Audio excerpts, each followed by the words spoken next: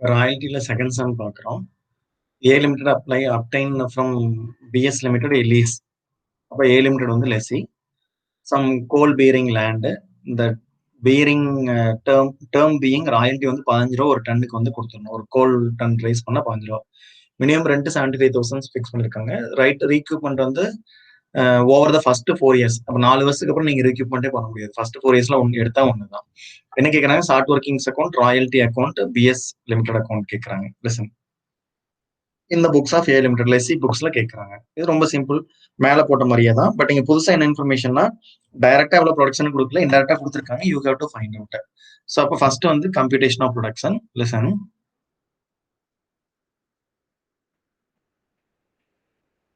Computation of actual production during the year. Actual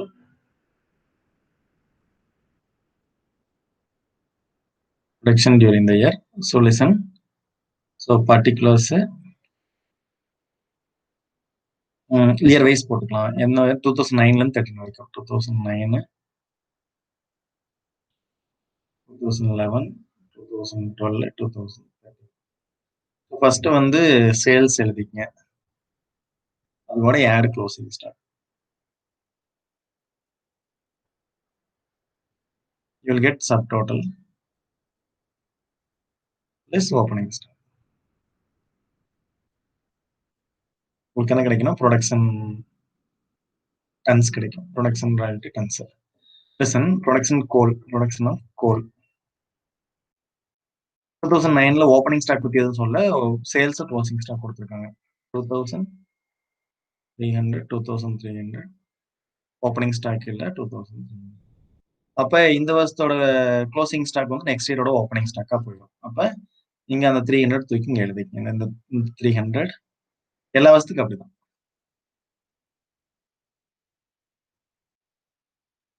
அப்ப இங்க இருக்கிறது அடுத்த வருஷத்துக்கு ஓப்பனிங் ஸ்டாக்கா போகும். அதே மாதிரி இங்க இருக்குது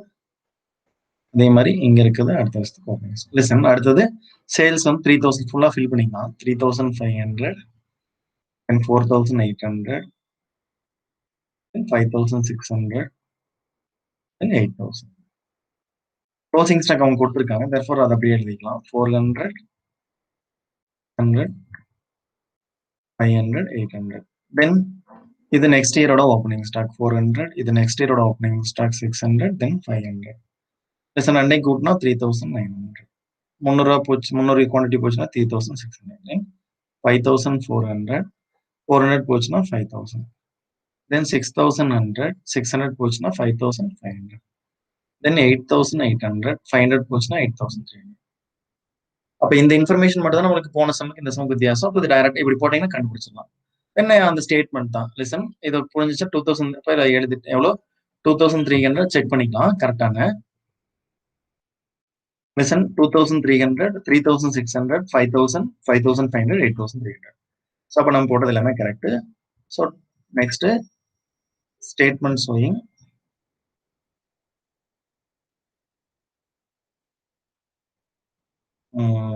coal produced,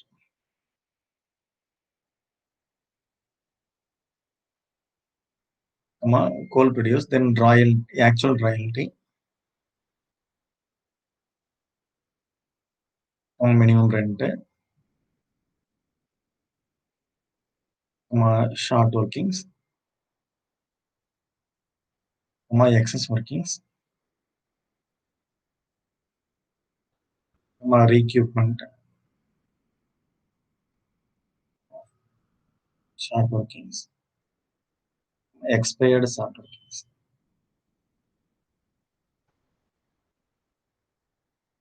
Then royalty paid.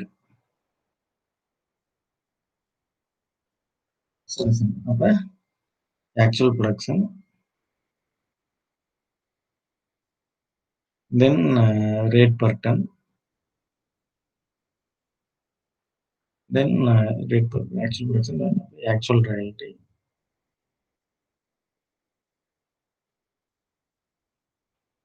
minimum rent, then வந்து actual short workings, then வந்து cumulative short workings,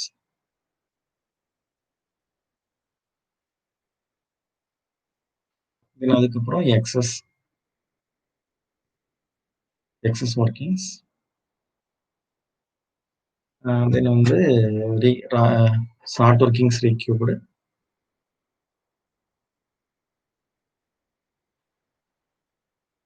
தென் expired short workings. Then actual royalty paid. Sorry royalty, actual royalty வேணா, ராயல்டி பெய்டு. காலம் நம்பர் கொடுத்துங்க. 1, 2, 3, 5, 6, 7, 8. போன சம்மரி தான், எந்த சேஞ்சும் இல்லை. இப்போ நம்ம ஏற்கனவே இதை கண்டுபிடிச்சிட்டோம். ஸோ அப்போ ரெக்கார்ட் 2300, 5600, 5000, 5500, 8300. 15 ரூபாய். ஸோ பெருக்கி போட்டீங்கன்னா 2350, 34,500, 3650, 34,000. Then இது 75,000. Then 5,500, 82,500. Then 8,300, 1,24,500. மினிமம் ரெண்ட் வந்து 75,000 சம்பளம் கொடுத்துருக்காங்க.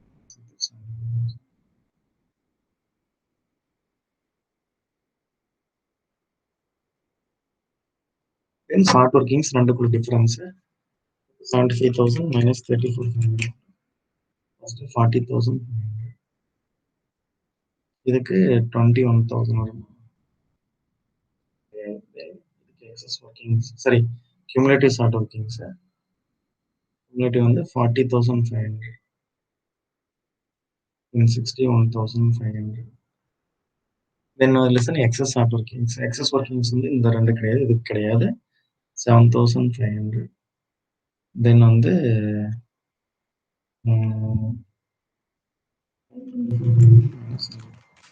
49,500. therefore ஷார்ட் ஒர்க்கிங்ஸ் ரீக்யூட் பார்த்தீங்கன்னா இதெல்லாம் எடுக்க முடியாது. இங்க மட்டும் 7,400 ரீக்யூட் பண்ணலாம். இதுக்கும் பண்ண முடியாது. ஏன்னா ஃபர்ஸ்ட் 4 இயர்ஸ்ல முடிஞ்சிடும்ல. லிசன் இதோட முடிஞ்சு போயிடும். 4 இயர்ஸ் 1, 2, 3, 4 ஃபர்ஸ்ட் 4 இயர்ஸ்ல பண்ணணும். அவ்வளவுதான். ஸோ ஷார்ட் ஒர்க்கிங்ஸ் ரீக்யூட் வந்து ஃபர்ஸ்ட் 4 லிசன், நெக்ஸ்ட் 4 இயர்ஸ் சொல்ல ஃபர்ஸ்ட் 4 இயர்ஸ் சொல்றோம். 4th இயர்ல எக்ஸ்பைரி ஆகும். தென் எக்ஸ்பயர்டு இங்க 7,500 போச்சா, மீதி வந்து 61,500ல 54,000 எக்ஸ்பைர்டு. ராயல்டி பெய்டு எவ்வளோ? 75,000, 75,000, 75,000. இதுக்கு மட்டும் 1,24,000. தென் ஜேர்னல் என்ட்ரிஸ் எல்லாம் போன சமம் போட்ட மாதிரியே தான். There is no change at all. முடிஞ்சு. இந்த சம் வந்து கான்ஸ்டன்ட். இந்த டேபிள் தான் போட்டிருக்கோம். So actual payment of royalty compare பண்ணிக்கும். Actual payment of royalty listen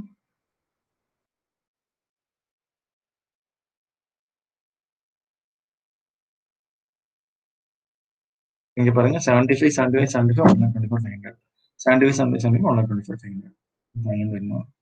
தென் வந்து எக்ஸ்பைர்டு வந்து 54,000 எங்க இருக்கு? எக்ஸ்பைர்டு 54,000. தென் 40,500, 40,500. ஸோ இங்க எழுதிக்கலாம் வேணா 61,500 வேணா எழுதி அதான் எழுதியிருக்காங்க லைனா. தென் 7,500 மட்டும் ரீக்யூ பண்ணிருக்கோம், அதை மட்டும் எழுதிருக்காங்க. ரீக்யூ பண்ணி இது அவ்வளவுதான். ஸோ இந்த சம் கான்ஸ்டன்ட் ஜேர்னல் அதே மாதிரி போட்டுருங்க.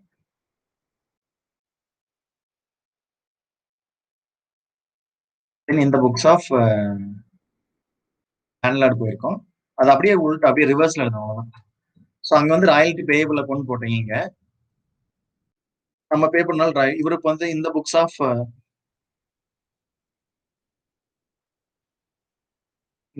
லேண்ட்லார்ட் இவருக்கு பொறுத்த வரைக்கும் லாயல்டி ரிசீவபிள். அப்ப இவருக்கு இன்கம். அப்ப ஃபர்ஸ்ட் என்ட்ரி என்னது?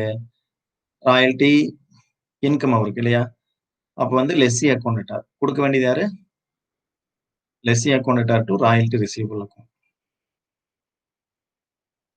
ராயல்டி அந்த ஷார்ட் ஒர்க்கிங்ஸ் இருக்குல்ல, அதுக்கு வந்து நீங்க வந்து இங்க டூ அது என்ன name? Short working suspense account தான். You must use the word short working. Yes, use the word short working suspense.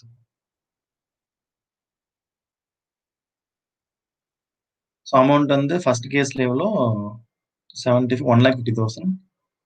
Lessee வந்து 1,00,000. அதுல வந்து royalty receivable 75,000. Short working first sum அப்படியே மேல போட்டோம்ல, ஃபர்ஸ்ட் சம் அதுதான் listen year. You see figure is given illustration 1 வந்து prepare பண்ண சொல்றாங்க. தென் entry number 2 வந்து பேமெண்ட் ஃபார் ரெசிப்ட். பணம் வாங்குவோம்ல, கேஷ் ஆர் பேங்க் அக்கௌண்ட்ட. ஸோ குடுக்கறது யாரு? லெஸ்ஸி. எவ்வளோ? 1,50,000 குடுக்குறாரு. தென் தேர்ட் வந்து இது இந்த ராயல்டி ரிசீவபிள எங்க ட்ரான்ஸ்ஃபர் பண்ணோம்? ப்ராஃபிட் அண்ட் லாஸ் அக்கவுண்ட்க்கு. For closing royalty receivables account. அப்ப royalty receivable account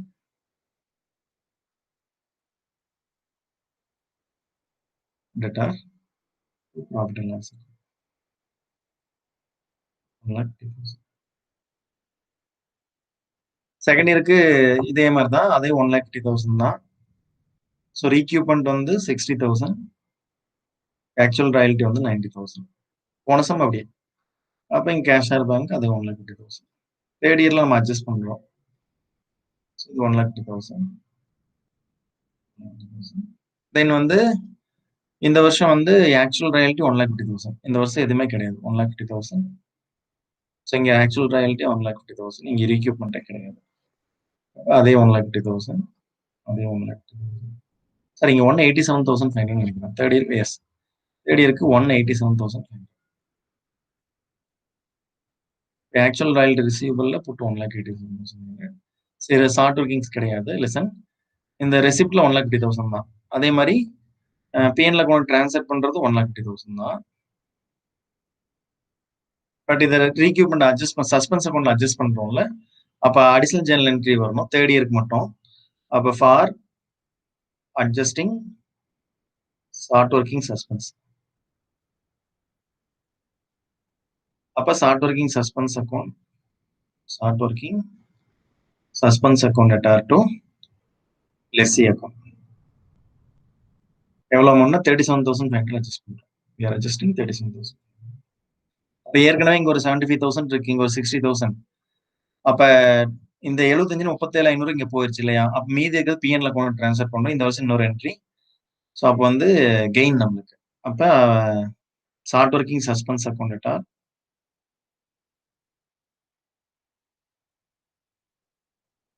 to short working suspense account அட்டார் to profit and loss account. அது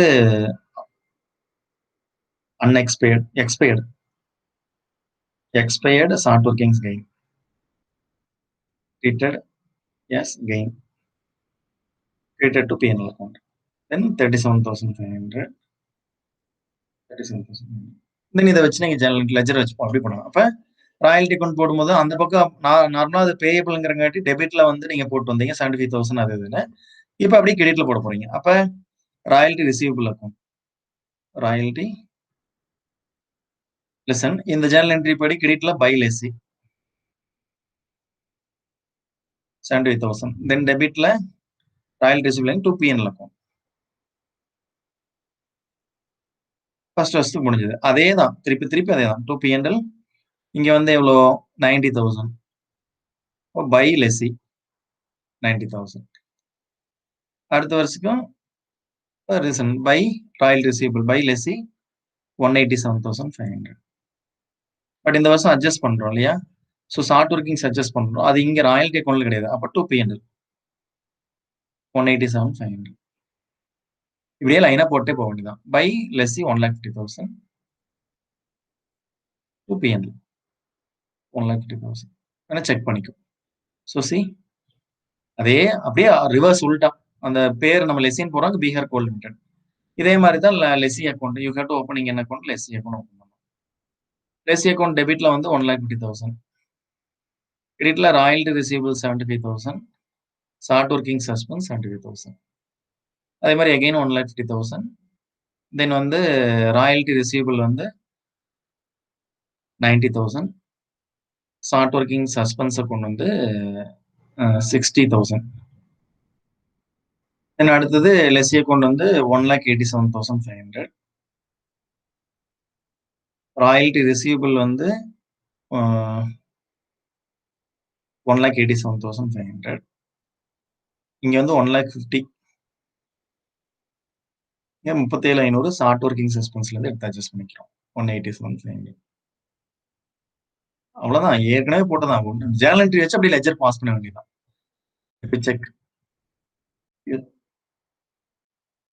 லெஸ்ஸி அக்கௌண்ட். சாரி. இது அப்படியே டெபிட்ல வரும். நம்ம அப்படியே கிரெடிட்ல போட்டுருக்கோம். அப்படியே டெபிட்ல போடணும். அப்படியே பீகார் கோல் லிமிடெட் அக்கௌண்ட். அப்படியே 75,000 எல்லாம் டெபிட்ல போட வேண்டியது. ஏன்னா இது டெபிட்ல தான் இருக்கு. அப்ப 2 தானே வரும். 75,000, 75,000, 1,50,000. அடுத்தது 90,000, 90,000, 60,000, 1,50,000.